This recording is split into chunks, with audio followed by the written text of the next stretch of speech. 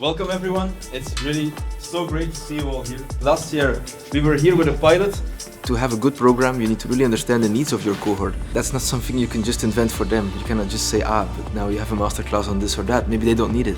As the needs of the cohort members evolve, so do we evolve with them. It's not the other way around, it's they who really show us. Prioritization. Everything. You just have to prioritize in what you're doing on a daily basis and on a weekly basis, monthly basis. I really enjoyed the talk. There was a lot of engagement. I think that's a good sign. The engagement itself is what makes the quality of the cohort. We have scientists, we have entrepreneurs, we have farmers. They don't talk the same language. And we are in between. We don't do research. We don't own farms ourselves, but we understand both ways and we bring them in touch.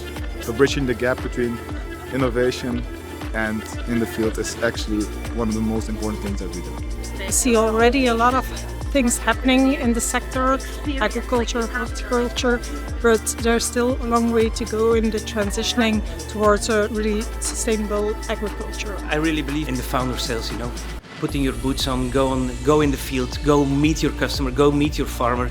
And because you as a founder, you need to know every aspect of your customers. To understand what makes him tick, and at that moment starts to talk about his solution, not your solution, where it can bring him value. We arrived at this beautiful cow farm and it was amazing to meet other startups that operate in the same environment as us. I think the talks were put together really beautifully, even though maybe we were discussing challenges in verticals of agriculture that Flux doesn't operate in. There was still so much that I could learn that I can bring back and apply to my own business and my own team and my own growth journey. Well, I think Scalable is a fantastic program. Actually, last year there was a company that we have invested in. They really benefited very well from the program.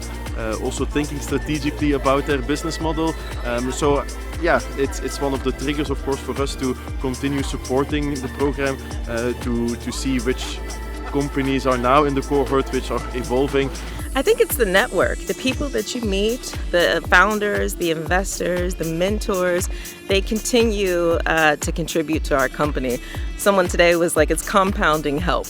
So the initial seed of the help through the program continues to grow and to build even after we're out of the program. We want to get some help from peers as well as industry experts on how to take our company from our stage, which is still like a lovely growth stage, into Series A and post-Series A, as well as entering European markets. Today I met a lot of the new cohort members which have very interesting ideas. Few of them I heard them already their presentation during the selection, but also if they pitch today you have confirmation about that's why they are here, that's why they are making part of this program. The program has matured a lot. If I look at where we were at the pilot, we barely had 6 or 7 experts, we now have 45. We are very, very picky on quality, and quality in our case means what have experts really lived through? Have they seen entrepreneurship from a distance or have they lived it themselves? And right now, experts from across Europe are flying in to be part of this because they see that we are very picky on quality and they want to meet each other. They learn from each other, they find our cohort very valuable for the same reason, because also there we've been picky. We've met more than 160 people over call in the last few months, of which eventually only 10 became a cohort member. When you prepare for scale-up, you need solid base and solid foundation in your value chain to make sure it's robust, but also agile to catch all opportunities